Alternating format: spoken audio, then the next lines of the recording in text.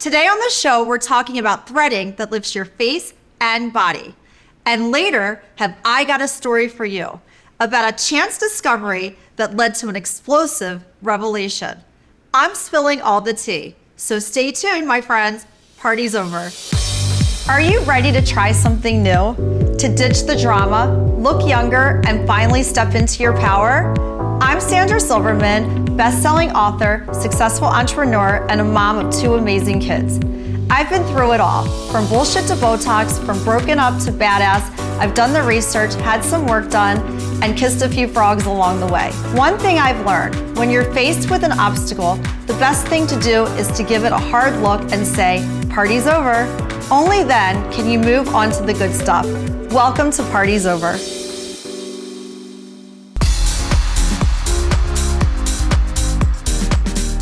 Welcome to Party's Over. We're starting today with a conversation about threading, those dissolvable sutures placed under the skin to lift and boost collagen. Beauty expert Denise Santo knows all about this. Good morning, Denise. I'm so happy to have you back on the show again. Denise, can you please explain to the audience what PDO threads are? PDO threads are polydioxone, so it's the material that sutures are made out of. Like when you have surgery and you have to close the skin, that's the material.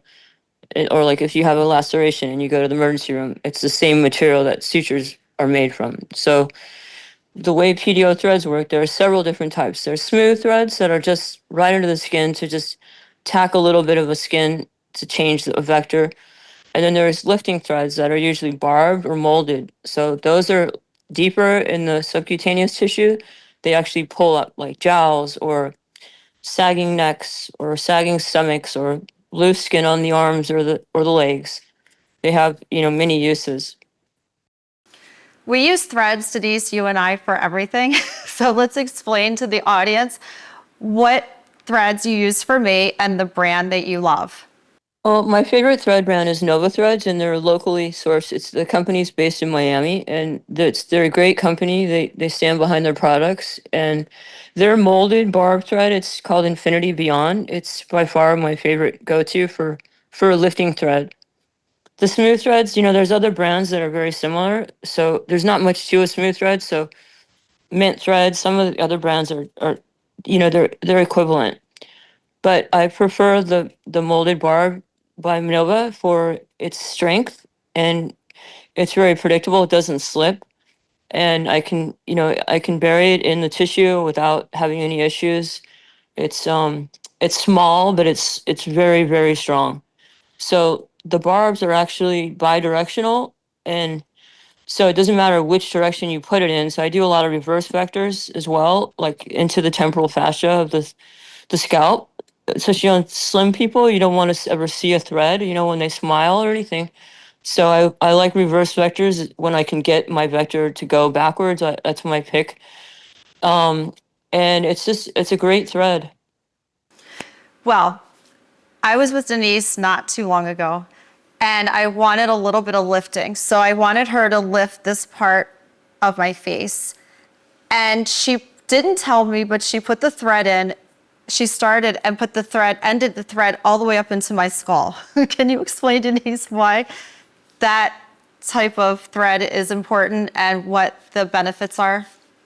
Well, that's like probably if someone's just getting one thread, that's definitely my first pick because you're not going to see the thread and it's anchored to a very, very tight space. The temporal fascia is super tight.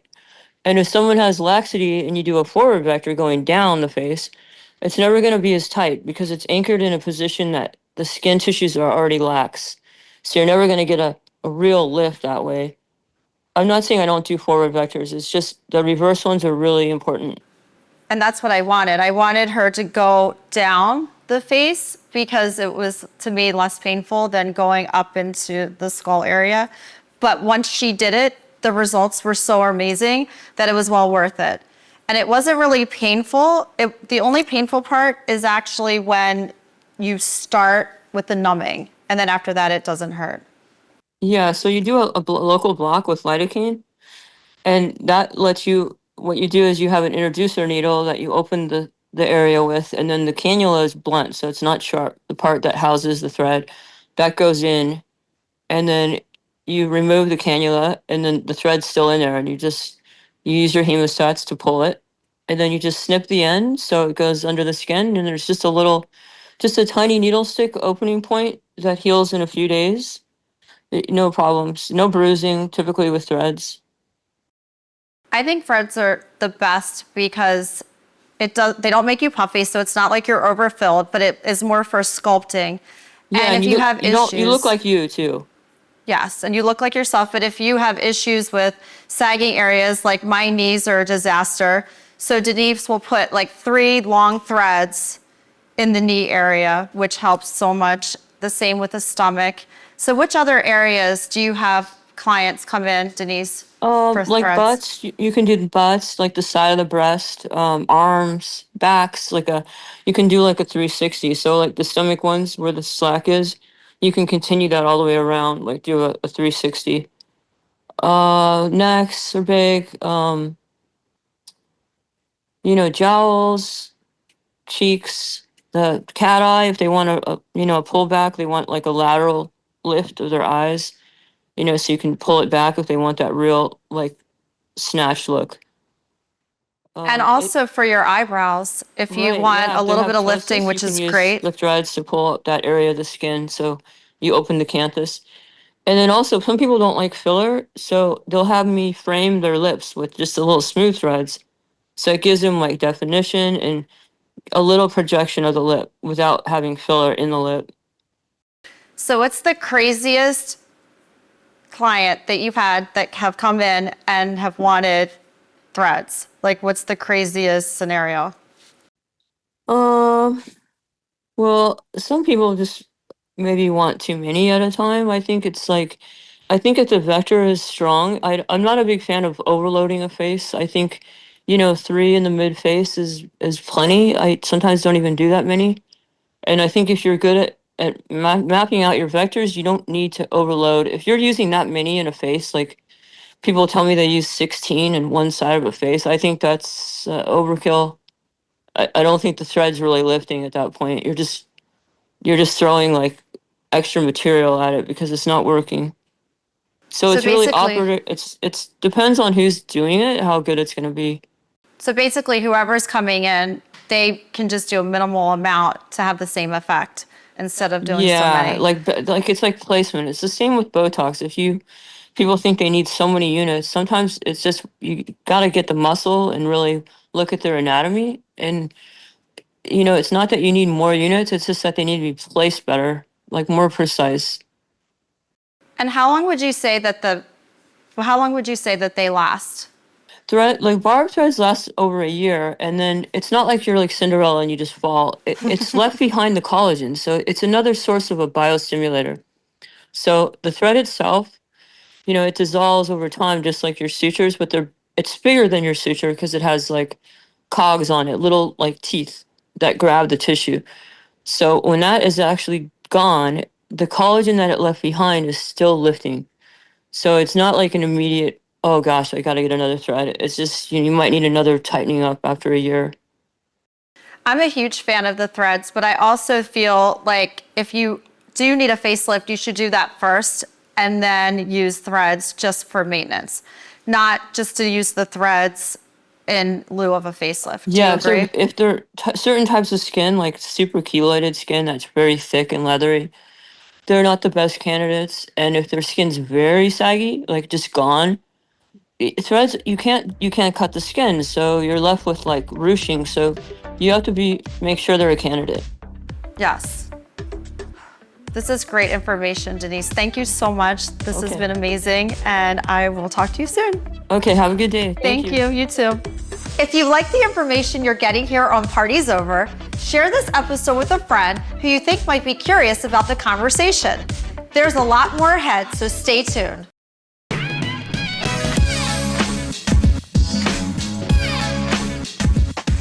Welcome back to Parties Over. I'm joined now by Erica, one of my closest friends. She was with me on one of the worst nights of my life. Erica, are you ready to relive this night? I'll never forget it. So, let's see. We started out on a calm, casual evening to go get dinner. We ended up going to Faena, Yes. It was a crowded, night. It was Formula One weekend. Everybody was coming and going. We got there, we walked in, we went downstairs to the lounge, and sure enough, We see my ex, we see your ex. which at the time we were on a separation for, it had been 4 months. So we were separated for 4 he months. needed a breather. Yes. But this was the third time that he had left. And we had just spent a week together in Los Angeles the week before, visiting our daughter for her school performance.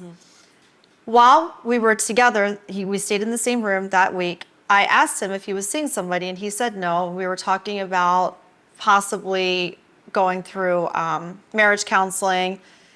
He really was basically saying that he didn't want to, but he would consider. And then we came back, and then I said that week, since we weren't going to go through marriage counseling, I'm going to cut off communication. So that Sunday before, I'd cut off communication with him. I told him I didn't want to speak to him anymore. And then that was Sunday, now we're at Friday. So if I remember correctly, you and I were actually walking out. Before we went downstairs, we were walking out. We had been at the upstairs bar initially. We walked in, we saw the couple, we went to the upstairs bar, then we met Christina downstairs. So we go downstairs, and all of a sudden he came over to us. He came over to all of us, and he was in a roped off He was on that section to the left. section of the club. So you and I and Christina were talking to him, and then he went back over, but he didn't invite us over. But the entire night he kept staring at me. So everything that I did the whole night, he kept staring and watching, and I kept saying to you, this is really strange. And then at one point, you and I walked to the bathroom, and there was a girl sitting on his lap. But they weren't touching each other, so we didn't think anything of it. I was a little worried, but yeah. So then we go to the bathroom, we come back, the girl's not on his lap. At that point, he wasn't really even communicating with her, so I just thought that was his friend's wife's friend, like not a big deal. Then you and I decided to leave, and this is where it gets tricky. So she and I walk out of the club to get my car. She was a little bit frazzled. I was frazzled at this point because I'd never run into him out like that since the separation. Completely frazzled. I ask for my car. They bring the car. We get in, and I don't have my keys. So I have house keys that are on a separate keychain from the car key. And I was like, Erica, I don't think this is my car. So she opens the glove box, and what do you find? I find a gun in the glove box. And I said, why is there a gun in this glove box? So she finds a loaded gun in the glove box. And at that point, I knew that it wasn't my car. So I say to the valet, this isn't my car. It must be an identical car. And they said, well, we can't find your car. And I'm like, no problem. We're going to go back in. So she and I go back into the club and tell them what happened. Back up for 1 second. Sandy asked me, should I go back in or should we go home? And I said, you have two options here. We go home, you'll never know. We go in, and you have to be very prepared for what will happen when you go inside. Are you prepared for what will happen when we go back? And I said, yes. Right. So we go back inside. I go in first. I walk down the lounge. I look to my left, and sure enough, I see her ex standing up, bending down to kiss another woman. Sandy sees it simultaneously before I could really even mention anything to her. And I see her make a mad dash to him. And I then make a mad dash to her because I did not want my best friend here to be, God forbid, arrested, kicked out, embarrassed, or whatever it might be. So by the time I get in there, she's pulled him off. He doesn't know what's going on. Well, the way I pulled him off was I sunk my nails into his neck and I yanked him off of her. And he just was surprised. And apparently I pushed her, which I don't remember. I didn't see that either. Yes, he said that I pushed her. Everybody's staring. I'm screaming at him. He's like, let's go outside. Let's discuss this outside. So he takes me outside. I'm beating, like punching him every which way, like punching him in the face, punching him in the stomach. And security comes over to us, and security didn't even care. He's like, are you going to do something about her? And they're like, in their mind, they're thinking, if this woman's hitting you, there's probably a good reason. So I'm still inside at this point, and I see this girl is sitting with two of her friends side by side. I look at her and I say, you know you're dating or making out. Rather, I think I said, with a married man, correct? And she sat there looking at me like, I'm not sure she was really aware of what the situation was. Then she gets up, she storms out, she leaves, she's crying. I go outside, I'm with Sandy. I look at Dave, I go, what are you doing? Like, what's going on here? And he actually looked at me and said, Erica, do not give me a therapy session right now, okay? He says, I still love Sandy. I want to be friends with Sandy and have a good relationship. The marriage may be over, but our friendship is not. I looked at him like, are you nuts? So then I walk down to the opposite side of the street, give them a few minutes. Then I get called back in to take her home. I'm sick to my stomach over this because I know the feeling, and we get home. So first we go back, I never go back in. He goes back in. The girl was crying, she left. He walked home. And while he was walking home, which was a few miles, we're on the phone with each other. I'm yelling at him. I don't understand who this girl is. I have no idea. How long has she been in the picture? Because we were on a break, but he said he wasn't seeing anybody. The marriage really wasn't over at this point. So I try to go to sleep I knew I wasn't sleeping that night. I knew maybe I'll get 2 hours. Sandy gets in bed eventually next to me. I felt horrible because I've been there and I know the feeling. And then all of a sudden I'm being woken up to, I found her, Erica, I found her. So in the morning, I called my friend and I said, I need you to ask your husband who this girl is. I want to see her Instagram. I want to see how long has this been going on? Who is this person? So we get the Instagram. She looks nothing like she did in person. So when he said, oh, this is her Instagram, I'm like, this isn't the same girl. And he's like, no, it's the same girl, but she looks completely different on Instagram. So Erica does her investigation work, which I, at the time, didn't know that much about Instagram. I didn't even know what a highlighted story was. And we found that this had been going on for probably a few years. And she was all over your plane. She was all over everything. So she was all over my personal property. We went back to I think it was winter of 2021. This girl had been in the picture since fall of 2021. We're now in 2023. And I didn't even need to hire a private investigator because this girl posted everything in her highlighted stories. So every time she was with him, where they were, you could see his hand if they were at dinner, where they were doing cheers or whatever they were doing, he was there. So of course I called him. I'm freaking out. I'm screaming at him and he's caught. So he didn't know what to say. So of course I send it to everybody, my sister-in-law, my mother-in-law, everybody. I'm so upset at this point. He goes on to Formula One that day. The girl leaves him because she's like, you chose your wife over me. At this point, she's out of the picture. A month later, we decide to work things out. We lasted another year and then until our final separation, which he ended up leaving again for the same girl. So I probably should have stayed away at that point, but I didn't. Well, this is narcissism 101. And the party was over. Yeah, there you have it. Party's over. That was it.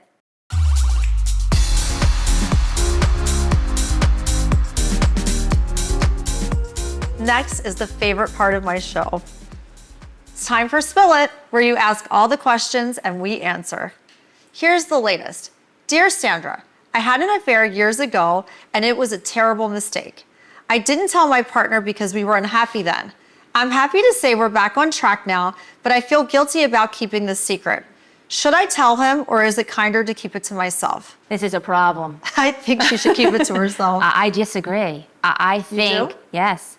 I think that if this relationship is supposed to work out and is meant to be, she needs to be honest because a lie will always surface. Yes, but if they're together and they're happy now, why does she need to upset him and hurt him like that? Because it will come out in the wash. It may not.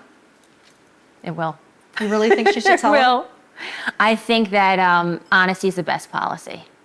I normally agree with you that honesty is the best policy, but in a situation like this, why do you think it's okay for her to hurt him when they're good. They weren't married. So if it came up later on, Then she could just say That- we weren't married. but they were together when she did. They were together, but I feel like why bring that up? It would be a different scenario if they were married or engaged, but just dating, I don't know. It's a risk. I mean, I guess it comes down to, are you worth taking a risk on the person that you really actually want to be with at the end of the day? You have to weigh, your pros and your cons there on that one. Because what if she was younger before, she made a mistake, she was immature, and now she realizes this is the person I love, this is the person I want to be with. And for me, because you weren't married, you weren't engaged, I wouldn't say anything. Will you be able to sleep at night? Well, it seems like she can sleep fine. Then there's your answer. Thanks for spilling it with us. Your questions make this segment what it is. So keep those DMs and emails coming and don't hold back. We're here to help. That's it for this episode of Party's Over. We hope you're enjoying the show and feeling supported in your journey. If so, then you can support us by hitting like, subscribe, and share to help us grow our community. Until next time, remember to be yourself. That's where you hold the power.